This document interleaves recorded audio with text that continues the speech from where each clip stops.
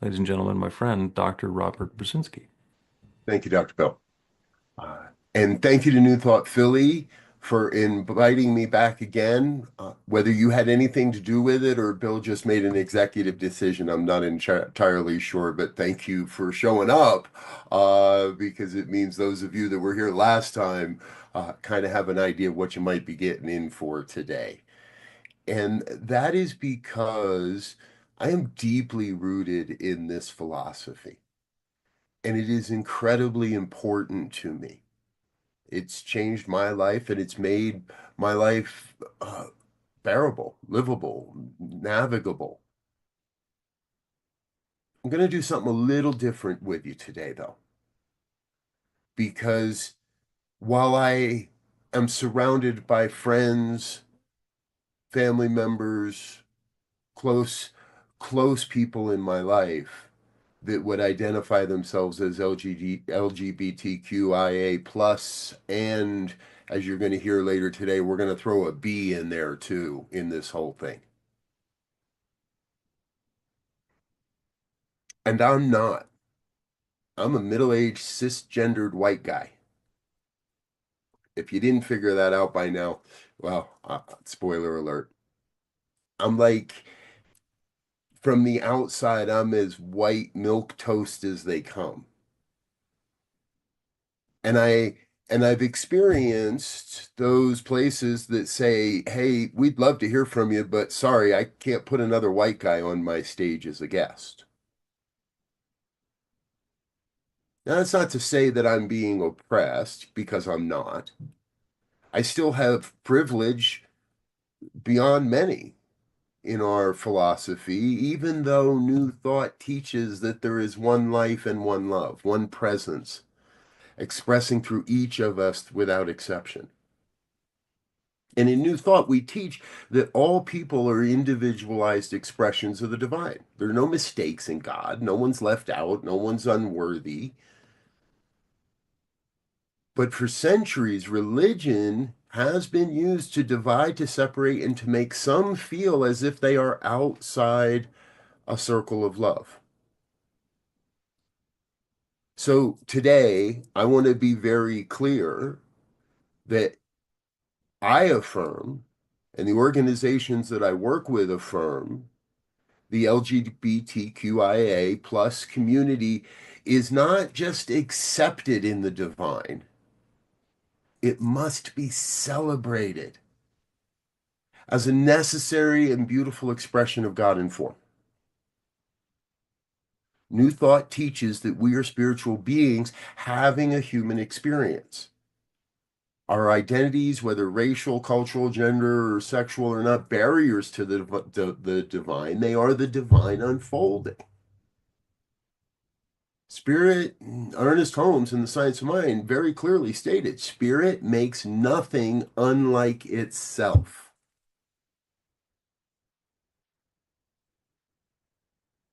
The infinite presence expresses through infinite forms. So every person, cisgender, transgender, non-binary, gay, lesbian, bisexual, on a spectrum, not on a spectrum, all exist as unique and sacred revelations of God. But New Thought demands we go deeper, not just to tolerate diversity, not just to say, oh, it's okay, and maybe you should have your own sports leagues. No, New Thought calls us to celebrate this diversity. The power of the teaching of New Thought, I believe, is we affirm the highest truth. And the highest truth is that love knows no boundaries. Spirit recognizes no hierarchy of worthiness.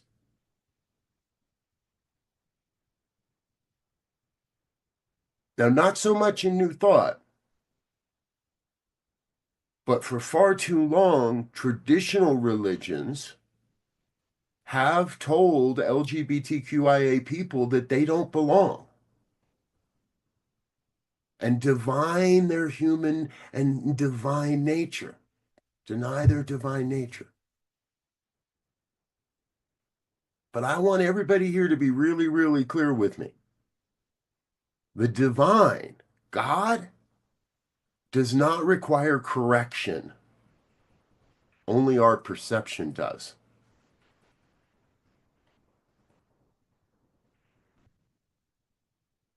The truth is, LGBTQIA plus people have been at the forefront of spiritual awakening at every age and in every society and in every way known to human. I don't know if anybody in this group is watching The Chosen. Um, I'm really excited to watch the next season that's coming. And I'm not here to do any spoilers, but the it is the story of Jesus in a modern day language, but with a it's a biopic over 5 seasons. It's amazing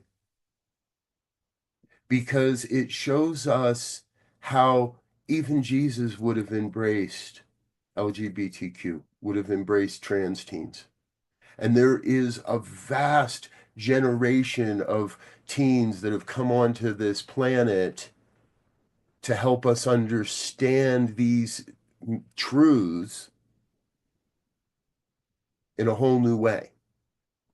In a way that wasn't talked about when I was in high school, and in a way I would imagine wasn't talked about when you were in high school. When I was in high school, we were singing all the songs that Dan sang for us today, and I'm gonna say I'm just a little bit intimidated to follow Dan's sermon there of 3 songs. I mean that, because that is our experience.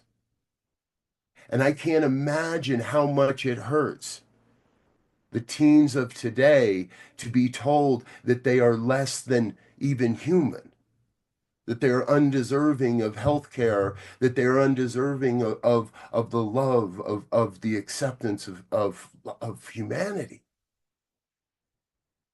Now, there has been queer leadership in New Thought and unity and spiritual and all of New Thought all the way back along. Joel Goldsmith, while never publicly out, many scholars look at his writings and see exactly and see it through the infinite way and other things a queer mysticism. There have been unity ministers, Reverend Paul Hasselback, independent theologians, Reverend Dr. Irene Monroe, those that started to make the movement not towards direct involvement, but through allyship. Bishop Carlton Pearson comes to mind, a great person in building that allyship. And while I would love to put it in my bio that I am an ally, I am not allowed to do that. None of us have the ability to just say I am an ally. That is an honor that is bestowed upon us. And when someone in a community that is being oppressed, that is being pushed aside, considers me or refers to me as an ally, that is a great, great honor. And yet I believe that as New Thought, that is our that is the natural outcome of who we are, is to be the ally. Not to walk around and tell everybody I am, but to be the ally. All the various New Thought leaders across time, and we can talk about the ones active today as well, Reverend Dr. Raymond Anderson, that are doing the hard work of moving our culture forward. We're at that point that Dan sang about. We're at that middle point right now where we can start to see the light coming down. And musical scholars look at Bob Dylan's song there, I Shall Be Released, not so much as a redemption from prison or the easy analogies, but if we take that lot deeper and much further in, it's about a movement of civil rights.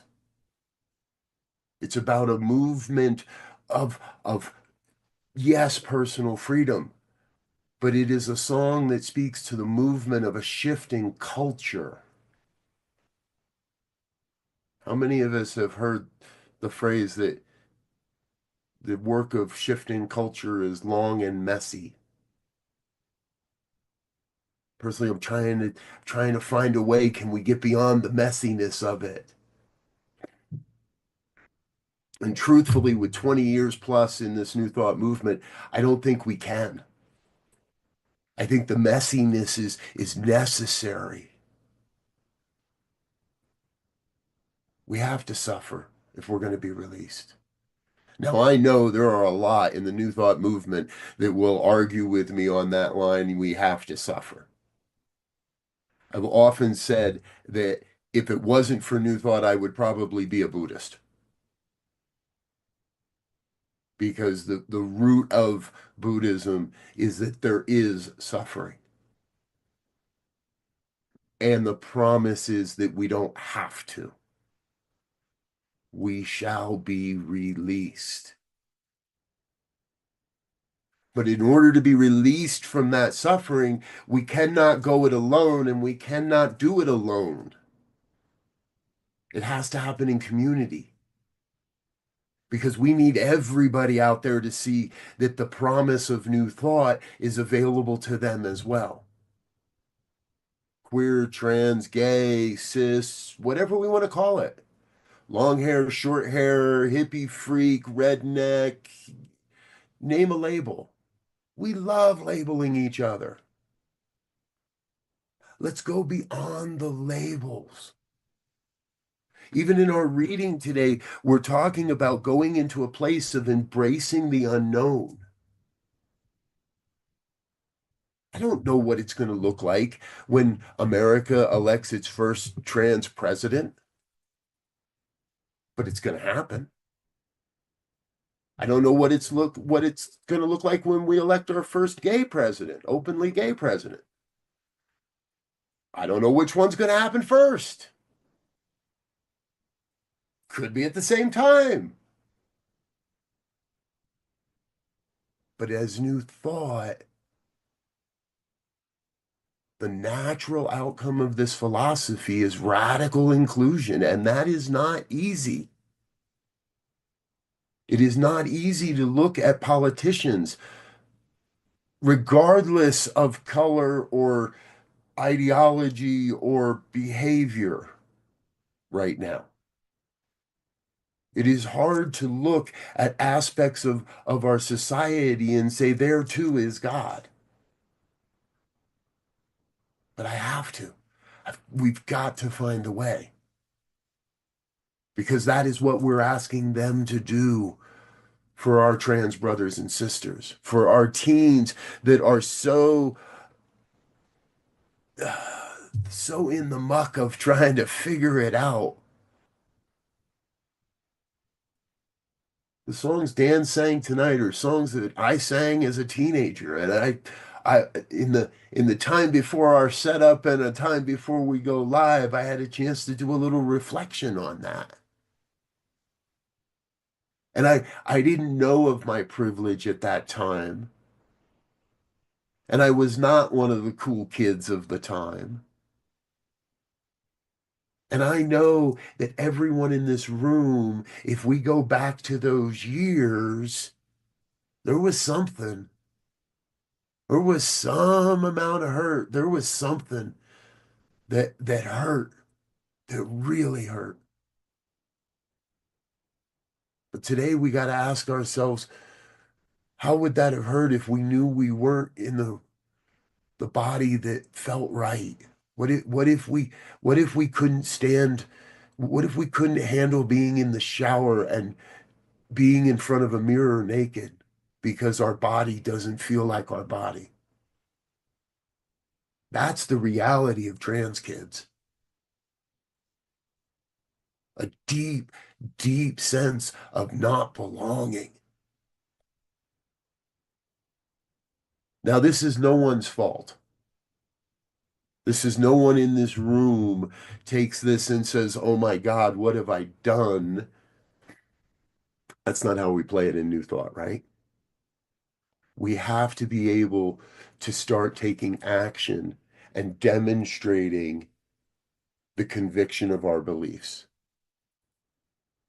So as we walk in the world, we let it be known that we are an ally. Hang a trans flag outside. Post a trans meme on your Facebook every day. Post something. Share stories. Be willing to be in conversation with people, not to make them wrong, but to perhaps help them see a new vision. Tomorrow morning, 7:44 a.m. Mountain Time. So it'll be there in your inbox if you like it before you wake up tomorrow morning. I'm releasing a Substack post that is called A Liberating Vision of New Thought. And I just wanted to share a couple of little spots of it because I think it is the most volatile topic of our day. And I think it is imperative that New Thought be involved in these discussions. And I don't expect you to go out and shout this from the rooftops tomorrow. And some of you may not agree with me, but that's okay because New Thought has room for that. Some argue that fairness in sports requires rigid adherence to sex-based classifications, but fairness is not about exclusion. Fairness is about creating systems that allow all people to thrive, not just those who fit into historically dominant categories. The notion of fairness itself is evolving, just as our understanding of race, gender, and ability have expanded over time. Equity as a principle requires us to look at the broader picture. Sports has never been purely about biology. They've always been there have always been involved with trainings, access to resources, and societal advantages or disadvantages. Transgender athletes, like their cisgender counterparts, dedicated themselves to their craft, train with discipline, and compete with integrity. To deny them the right to participate as their authentic selves is to enforce an outdated model of competition that fails to reflect our growing understanding of human diversity. New Thought calls us to rise beyond limiting ideas. If we affirm that every individual is a perfect and whole expression of the divine, then our actions must reflect that truth. Inclusion is not just a progressive stance, it is a spiritual necessity. And in closing, I write, New Thought teaches us that we create our reality through our beliefs, intentions, and actions. Let us then create a world where every person is seen, celebrated, and fully included. Anything less is not of spirit. Anything less is not New Thought. And thank you for your time. Thank you for your invitation. I look forward to your questions and further discussion after. Peace and blessings.